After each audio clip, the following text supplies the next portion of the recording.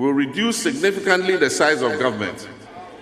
And as announced in my speech at the UPSA late last year, in a crisis situation like this, it is my belief that this country can be governed efficiently with 60 ministers and deputy ministers.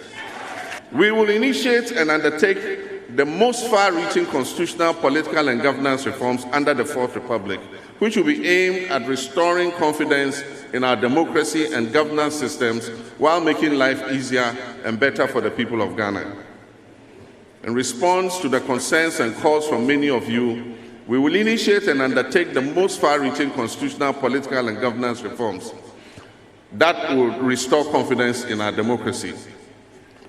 We'll continue and bring to conclusion the constitutional review process that was begun by the late President Atta Mills, which will include a review of the controversial Article 71 to reduce the number of office holders under Article 71 and reduce the disparities in privileges and emoluments vis-à-vis the public sector and civil service. The payment of ex-gratia to members of the executive under Article 71 will be scrapped. And the necessary constitutional steps to abolish that payment will start in earnest in 2025. Welcome back. That's the former President John Mahama at the launch of his campaign to lead the NDC as flag bearer going into the 2024 general elections. If you just joined us, this is Key Point. We're live on 3 FM 92.7 as well as on TV3 Ghana on Facebook, DSTV channel 279, and also on 3news.com. His Excellency Nia to former Attorney General and immediate past High Commissioner of Ghana to Canada is here. The Honorable Mahama Yarga is also a private legal practitioner, Member of Parliament for the Boko Central Constituency. Martin Kwebo is a private legal practitioner, leader of one of three individual bondholder groups. So, let me start off with you, Mahama Yarga, on that point of scrapping the ex-gratia, because I think that's topical amongst the many things that he's promised. Article 71 is an entrenched clause. And so you listen to him say that he's going to consult the other heads at the other arms of government, because to presume that for the executive, he can exercise that right. But what path would this objective or this promise take in fulfilling it, scrapping ex-gratia for Article 71 office holders? Well, let me indicate that the former president is eminently experienced. He's been member of parliament, he's been deputy minister, he's been vice president, and he's been president. And so he's eminently experienced in these matters, understand the dynamics of it. And so I have no doubt that making this promise, he is serious about it and will execute it when the NDC comes into office. But the other issue for me, with some little background in constitutional law, I really don't think it is a difficult thing to do.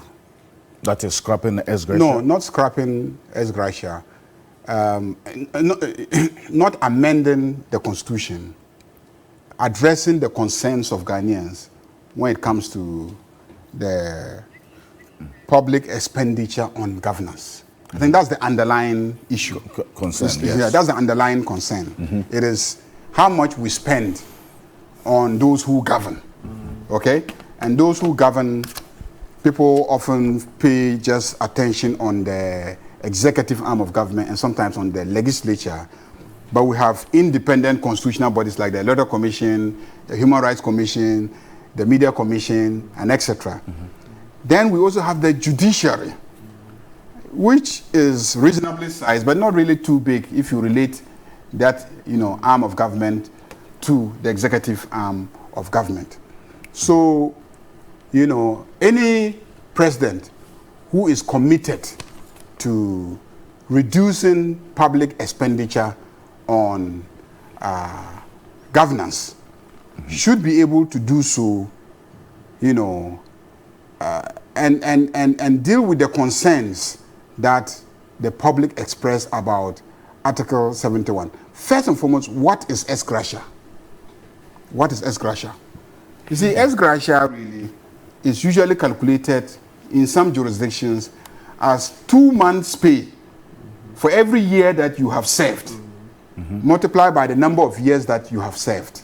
2 months pay. 2 months pay for every year that you have served. So in this case, in multiplied Ghana, by the number of years that you have served. 2 months multiplied by 4. And then that's all. That's Ex-Gratia. that's what Ex-Gratia really is. Minister, you were there. In Ghana, how is it? You were there. Is that not what it is? You were Attorney General. You were Attorney General. Is that not what Ex-Gratia is? I 2 months pay. Listen, 2 months pay for every year that you have served, multiplied by the number of years that you have served. How much is that? Okay? I have benefited from it as a member of the executive. I have benefited from it as a member of the legislature.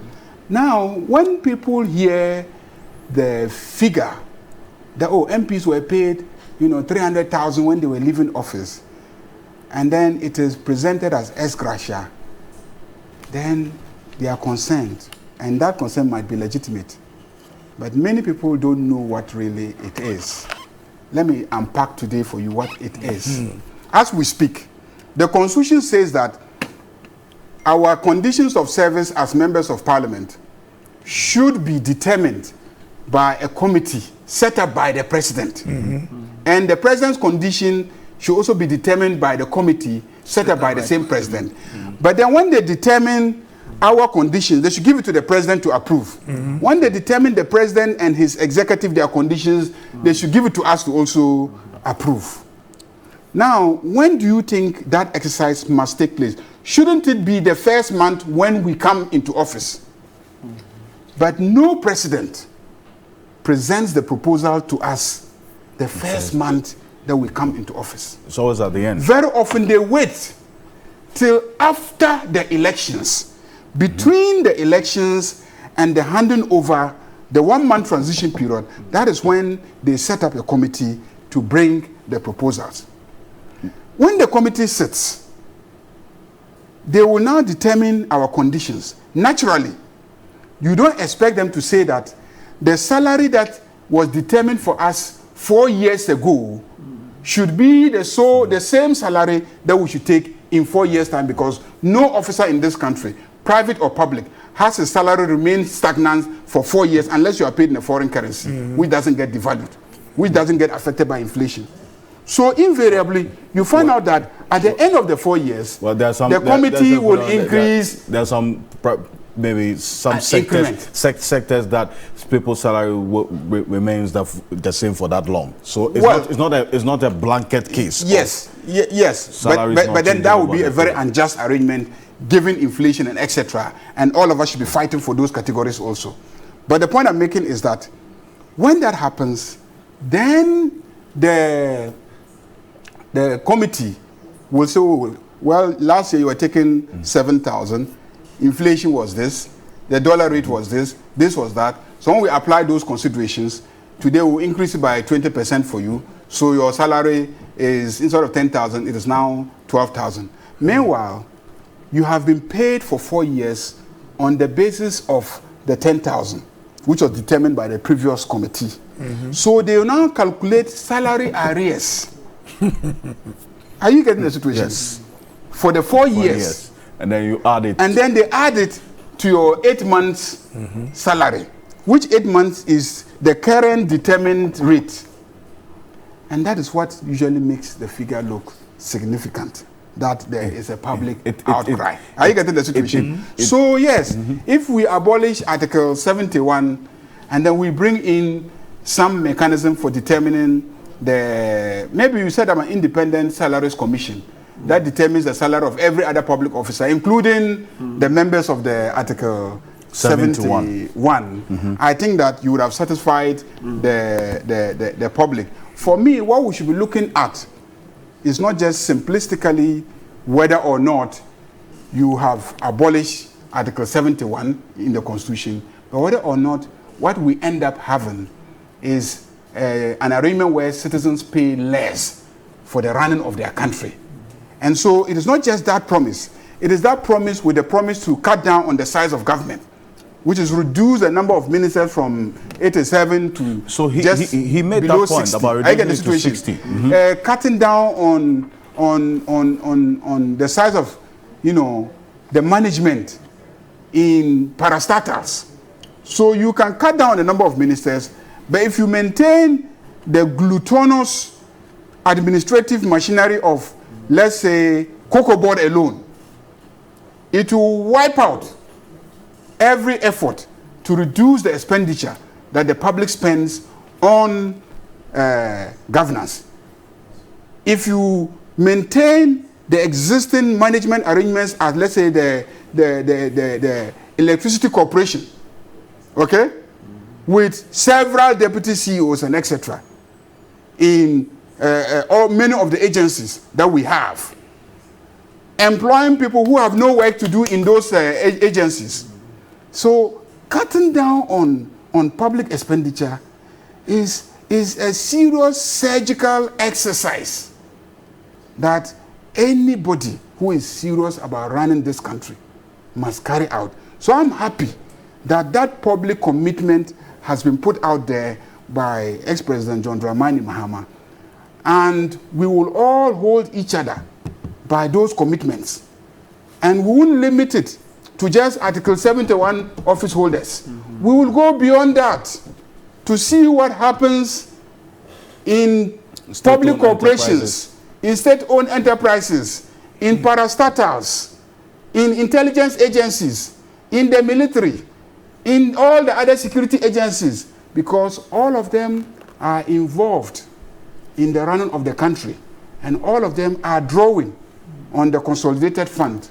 You don't need to be where we don't need anybody, and we don't need to pay for what we don't need, unless we introduce those efficiencies and transfer the state resources to the private sector so that they create businesses that can even pay better. In a lot of countries, nobody's interested in working in the public sector. Intelligent people prefer to work in the private sector because that is where they make the real bucks. My senior, you are here. How many lawyers abroad are interested in working in their Ministry of Justice? Even here in Ghana, how many lawyers are interested in working in the Ministry of Justice and in the judiciary? See how we struggle to get good lawyers to agree to even sit on the bench or to even work in your office as Attorney General. Because if the private sector is viable and making money, they will pay good salaries, okay? And then people will prefer to work there. But if you have a public sector that is strangulating the private sector by having a huge bureaucracy that it cannot pay, and so every month it has to go to the bond market and go to treasury bills, and then the small money that is in the banks that the private sector will borrow and expand and create the jobs, they go and offer the banks better rates and take those monies. The private sector will not be able to grow. And what are they using the money to do? To pay an oversized government who are unproductive. So I believe that President John Dramani Mahama has set the stage for us to have a dispassionate, non-partisan, nationalistic debate about cutting down on government expenditure. And so I'm happy that he started it that way. But that hurdle of this entrenched clause being scrapped, a referendum has to be undertaken, correct? And there has to be at least 40% turnout and 75% I'm sure that of if the this 40 question alone is put in a referendum, there will be 80% turnout. There will be 80% turnout. And you are likely to get at least 78% of the 80% voting to take out Article 71. For some funny reason, Ghanaians just hate Article 71 and whatever is contained in it. So this is something you, as even the NDC MPs, will support John Mahama to do this. We will, Scrap because Ex-Gratia. trust me, those of us who have been in public office, it is not that salary that has sustained us to date. Because that salary, trust me, to manage my constituency, that salary doesn't take me 1 week in a month. The Ex-Gratia? Everything called conditions of service that I get as a parliamentarian, trust me, I'm telling you today that it doesn't last me 1 week to maintain my constituency. The 400,000 cedis? It doesn't. Oh, I'm saying that just consider that we have primaries coming. Primaries coming. Do you know how much MPs will spend on their primaries? Just primary. That's an internal contest. Okay? Some people have about 200 branches. Each branch has 9 executive members, and they will have to tour all of them. Even if they just tour the 200 branches, and at every meeting they are just going to refresh them. Or even if they invited them to meetings, and you can't invite somebody to come so that I'll deliver my message to you, and then you don't give him transportation to go back to wherever he is. You can't ask him to leave his daily job and come and attend your meeting, and you don't make an effort to compensate him for the lost earnings because he has left his daily job and has come to attend your meetings. That expenditure alone wipes out whatever you are going to be paid as Ex-Gratia, and that's just your primaries. And then we come to the general election itself, where you will have to tour the 200 plus communities over about 6 months period. Every day you are drilling boreholes for communities who just need water to drink, and as you know, a concerned person, you go there and they say, we just need water. We're not asking for anything. We're not asking for a Land Cruiser to also ride. We just want water to drink. And you take your salary and you can sit in Accra and spend it and not drill that borehole for them. You know, so these are expenditure. You go to the Minister for Public Works or you go to the Minister for Works, Water Resources, and he says that, you approve my budget. Did you provide money for me to drill boreholes in every village? Right. So as a member of you can't go back to the village and say, oh, well, you know, the Minister for Water Resources says that, you know, there was no money in the budget for drilling boreholes in every village in this country. So go and continue drinking the water from that dirty stream. You will have to do something. And so you end up resorting to your personal resources. So this is the plight of our democracy. So that's why I'm saying that for some funny reason, because I am there, I've been there for 20 years, and I understand the dynamics. I understand the feeling of the voter, but I also understand my dynamics as the person delivering on the service. But I think it's good to satisfy the populace by just taking it out, as John Dramani Mahama is proposing, and then we can all have our peace. Thank you. Lawyer Martin Bebo. Okay. Yeah, so, but what Honorable just said, well, Honorable, you see, the problem is that, yes, there are some of those. When you mention water, that's a peculiar one. But that apart, a lot of the money you spend it enticing them to vote for you. It's not the basic one. So let's be careful that we don't lump everything. A lot of the money you spend trying to change their minds. The delegates may find that Mr. X is not competent. So in their estimation, they will not vote for him. And Mr. X wants to spend all the money to change their minds. You see, so yes, we as lay citizens, we appreciate that, yes, sometimes MPs have to use their money and all that to be able to provide certain basic necessities for the citizenry. But a huge chunk of the stress on the MPs, those who were the other politicians, that the citizens or the delegates would have made the decision that Mr. X is not competent. But Mr. X, in his bid to be able to persuade them, then resorts to giving freebies. We all know that when it comes to these matters, as soon as you mention the cost of elections, straight away, I'm sure you are looking at delegates and cocoa season. That's right. Delegates and cocoa seasons. What? Roofing sheets, cement, television sets, iPhones, etc., etc. These have nothing to do with water.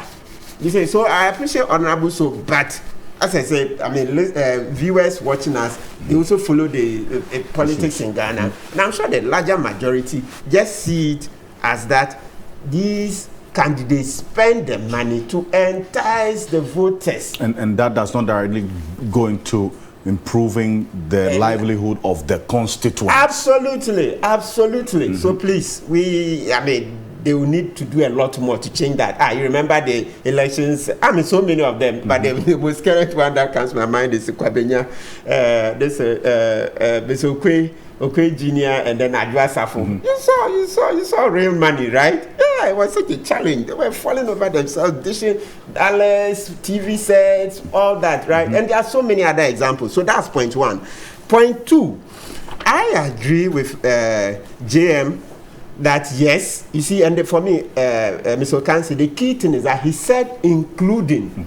They would do far-reaching reforms, amending the constitution to improve governance and the political situation in Ghana. That's the way. So in law, as soon as you say including, meaning you are not talking about only Article 71. Because if you look at the reports, usually 71, yes, the money is quite gargantuan, but generally when you compare it to the total emoluments and all that, they will tell you it's not up to 0.00 something. You see, there are some figures in the various reports, Bwando report, etc. Right? Yes. So, like if you look at the last one, the Professor Ya Intiamwa Bedu report, right? So you look at them, they will tell you that total figure. I agree that it be abolished, but I'm saying that the key thing is that JM says constitutional amendments including. So let's pay attention to the other ones that follow, because this money, it's not the main problem. The Ex-Gratia is not the main one. Yes, what it does is that, but because it's most visible, because Mr. Kansi, if you were to become a minister, by the time you leave, then your living standards would have more than quadrupled my living standards, assuming we're classmates. So it becomes very visible. You know, as a society, when you can provide more and I can't provide, then it breeds resentment. Indeed. Yes. So when people say they don't understand, I'm like, no, then they really have a long way to go. Because people are classmates, the ministers and all this. And in natural fact, look, a lot of the time, the ministers are not the best in our society. They are not the best. When you go, you look at your classmates, often the ministers we have, the president and all those, they are often not the best. But you know, because often they have certain attributes, bravery, and also they say they have passion for the job. Eloquence, charisma. Yes, but those don't necessarily make them the most honest. And you see, the Lee Kuan Yew, his books. In our politics, the number one ingredient, the number one attribute we need is what? Honesty, integrity. That's the first one. It's not about your eloquence. We don't even care. But even in the current parliament, there are some MPs who speak very bad English, but there are MPs there. We can't judge them as based on only the poor English, right? We are looking for honesty. That's the first item. Yet in our politics, we've thrown it away, and it's about the other things. Oh yeah, he can give money. It's all about moneycracy. You see, so the point we're making is that now let's come. Once JM says including, let's go to the really serious provisions, or let's say the more far-reaching provisions that we need to take care of so that it can improve our governance. The first on the list, you know, for how many months now, every day, in one form or another, it comes up, Article 71 clause 1. That's right. 78. Appointing ministers from parliament is the number one thing. Yeah, that thing, we need to stop it. We need to stop it. We'll amend it so that a minister will not come from parliament. So it means that when you are elected an MP, at the time you're going to stand for MPship, you know that you'll be an MP only. There's no way you get to parliament and be appointed a minister. That's out of it. So that as you're going, you should know that your job is cut out for you as an MP only. You know, a lot of the things there, Professor Achuaye is written, Professor Okwe, so many of the political science professors, they've written that a lot of the MPs go into parliament as a stepping stone to get ministerial appointment, because that is where the money is. The minister approves the contracts and all that, then he makes 10% and 20% and all those percentages. And look, that one is not a secret. We've all accepted it over the years. That's where it is. That's how come. So the truth be told, when you abolish Ex-Gratia, for a lot of them, ministers, deputy ministers, you really haven't caused any dent in the money they make. The real money is made in the contracts, right? Yeah, so we want to improve the governance. So you want that specific provision addressed? Yes. Not, you know, yes, John Mahama has talked about other reforms, but you want, I mean, I get the understanding that you want some specificity. So specifics, apart from Article 71, which he talks about scrapping Ex-Gratia, you want Article 78 as well, clause 1 Yes, and can we as one of the specific clauses it's that the he highest should candidate. amend. Yes, it's the highest candidate. It says that ministers of state shall be appointed by the president with the prior approval of parliament from among members of parliament or persons qualified to be elected as members of parliament, except that the majority of ministers of state shall be appointed from among members of parliament. Majority. Look, Indeed. we are just going to scrap it. We've done it before. 1979, Liman's constitution, the 1979 constitution. MPs were MPs only. There wasn't this hybrid. So let them say, let's go back to it. You see, now we've grown to that extent where we expect meritocracy. As we said, the president is usually not the most intelligent in the country. Far from that. But it's other qualities that bring, the person to office. So we shouldn't just pretend that as soon as the person assumes the presidency, then it means that all of a sudden he suddenly become wiser than everybody. No. Let's put in proper swords of Damocles around the necks of our politicians. Yeah, put in proper swords of Damocles so it's hanging on your neck. Yeah, that's proper checks and balances. So apart from 78-1, the next one, in my estimation, that we should be looking at is the election of MMDCs. So you are going through Article 55, you are going to 240, 250, etc. Simply put, we should elect our district chief executive, municipal chief executives on non-partisan lines. It's crucial because also what is it going to do? It's going to make the MMDCs accountable to the citizenry. As we currently have, or in the current situation, they are appointed by the president, so they are not directly accountable. But when we vote for them, they'll be accountable to us, and most especially on non-partisan lines. Let citizens feel free to participate at the, local level. But where you have it done on partisan lines, no, some citizens don't want to get into party politics because, truth be told, look, it's largely true that often the politicians are crooked, and it's by the results. They're crooked, all of them. You see, apart from, Atta Mills, who had that high sense of honesty that we all judged that was an honest man.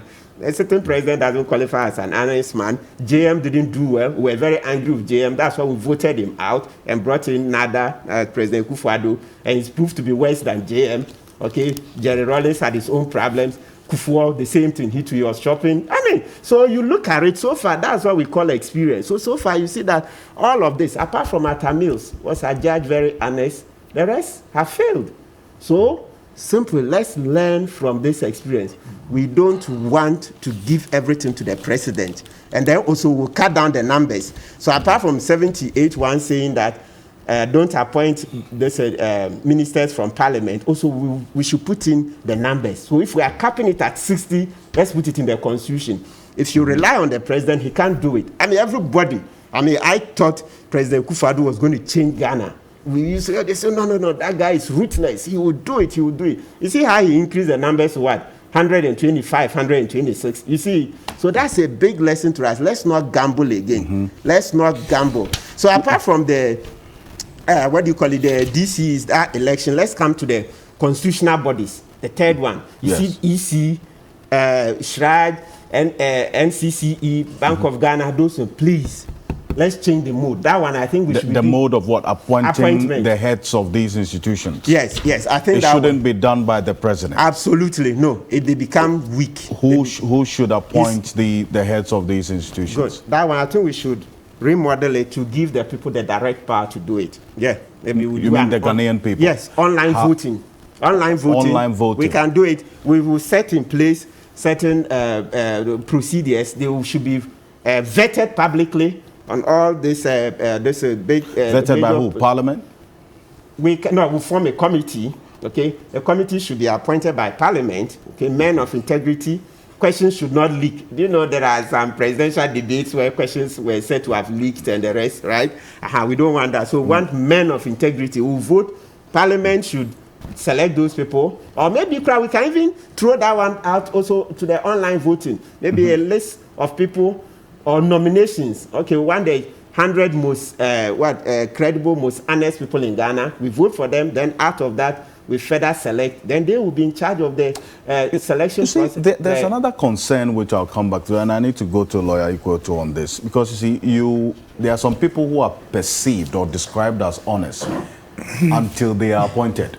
They get into the system, and you wonder if they are the same people you knew like before. Like I didn't mention names. I'm saying he's one example. But you understand the point. You understand the point that yes, the Ghanaian people can actually vote for somebody whom they perceive to be honest. Yes. The system, when they get in there, you wonder if this is the same honest person. Okay. So there's apart from what you're proposing, maybe there should be other ways of not just getting honest people in office, but ensuring that they remain honest while in office.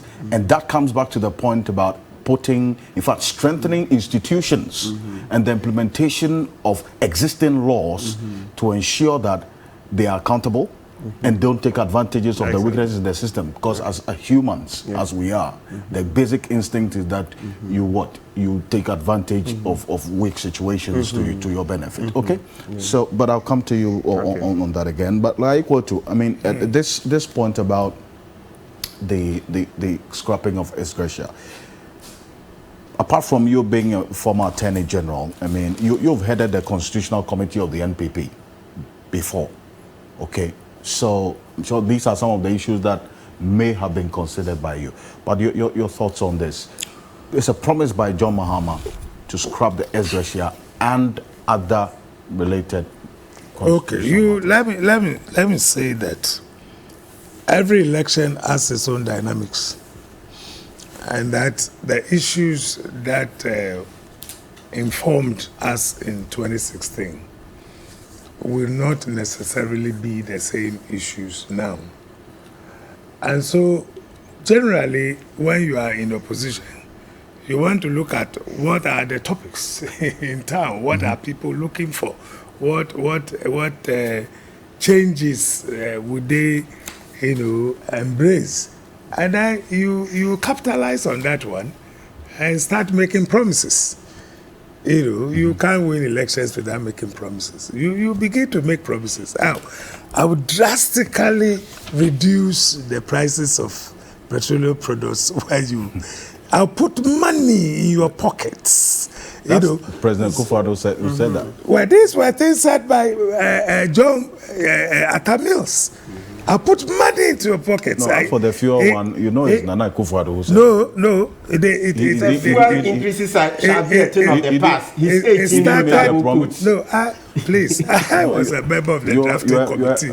I was a member of the manifesto drafting committee. I'm surprised. I'm only making those references to you by telling you that it all depends upon the dynamics when you are going into election. So when you see that the problem is fuel and people are complaining, say I would drastically reduce fuel. You understand? I'm saying that he is not the one. The fact that I mentioned Atta Mills, I'm not saying that he was the only one who made promises, but I'm saying that promises are made on the basis of the issues prior to election. And this has come up, Article 71 has come out strongly, for some time now, that look, why don't we scrap it? We are having difficulty with our finances. Why do we pay so much money to people? So it's only taking advantage, saying so that it will. I thought that there were things we said about even comparing the fuel prices in Ivory Coast, Togo, compared with what we were having just before we came in. And they said, look, it is the petroleum build-up, the duties and taxes and the rest, will reduce them. These are quite easy to say.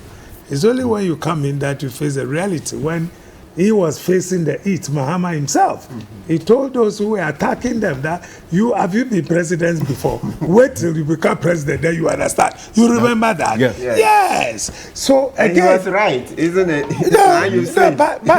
So he cannot now claim that is like an angel who now has all the solutions. I mean, the people like you yourself said that you got to a point that we're so fed up with him that we decided to vote him out. And it is on record that he lost with the highest margin, almost 1 million. Before then, people were saying it was over 1 million. But actually, when you do the math, it didn't get to that. But it was quite close, So, well, he's just taking advantage of the situation. That people are talking about Ex-Gratia and it seem not to like it. Almost everybody has, I think the Constitutional Review Commission spoke about it, and the rest. I like the Mahama Ayariga aspect because I read the provisions again. And it seems to me that if they say a committee shall determine this for those there and then approved by executive, then for those in the executive approved by, who has put time limitation that you should wait till when you are leaving office? Yes. Why? Why can't we do that at the beginning? You know, first month or something, we set up the committee, they come and tell us what the salaries will be. But what obtains now is that you are put on a salary all right, but no adjustments are made, no increments, no notches, nothing. You stay there for 4 years. Then after 4 years, they say, now we have determined your salary. And we have found that, in fact, you were entitled to so much. So what we were getting was below that. So there is something, calculate and add the arrears. add some arrears to it. As for the Ex-Gratia, it makes sense. I mean, the whole idea of... You mean scrapping the Ex-Gratia makes sense? No, I'm saying that the idea of Ex-Gratia is to help you not to be corrupt whilst in office. But you see, that actually solved the problem? Well, I'm coming to that. That look, if you know that, look, when I finish serving, I'll be given some golden handshake to leave. Perhaps that is to assist you not to, if you like, use the crude word, steal whilst you are in office. Because you know that as you go, as you even exit, something, they will give you something to go away with. That is the idea behind it. But the salaries, what I'm saying is that, what is the big deal determining somebody's salary and making necessary adjustments in the course of the 4 years? Why should they all be on one salary for 4 years? At the end of which you now even say that ought not to have been your salary. So now pay you, and then large sums of monies are given and all that. So we can look at it again. But if the intention of the Ex-Gratia was to encourage you not to steal and be corrupt as a politician, voted to serve the people. See, the point is we are paying you every step of the way. We even give you money to fulfill the promises you made to us. And then on top of it, you steal. And then when you are going to, we give you money. I mean, but that's the point I'm making. It is rather to assist you. That look, you can retire. But that has not cured. You see, the whole idea of even behavior of asking some people to retire on their salaries, especially judges. Why go and accept bribe? What are you putting in preparing for the the rainy day?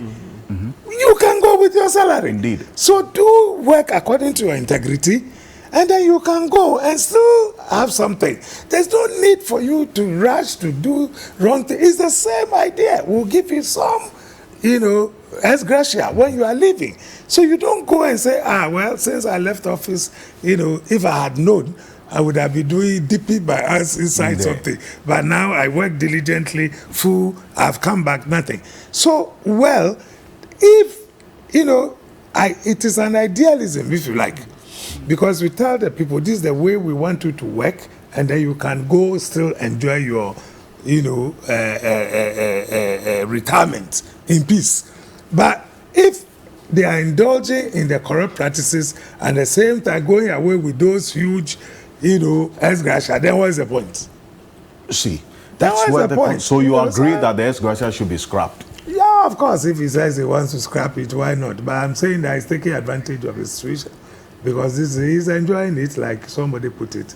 He's already enjoying. He still continues to enjoy it. Like somebody he should return his. It's a good call, Mr. Kansi. Yeah, he's not saying he should return his. Your mama should return his Ex-Gratia. Yes, it's a good example. He should look. Let's speak plainly. We are not kids. I mean, I'm not in a court of law. Mr. Mahama made money whilst as president. Okay, so he should look within himself and say, look, you know what? I will return this. Return it. Because I think the national elections they are going to do it, the hundreds of millions of dollars, where does it come from? They made money. So the Ex-Gratia is small. So just say, you know what, people, I've grown older. I think I've become wiser. Here, I'm returning the money. that ex-gratia. You should return it. It's a good thing because, you see, Alfred, let me speak. You see, if we don't speak plainly and we just want to say law, where is the evidence, we'll never make progress because corruption is not done openly. Look, the thing is this.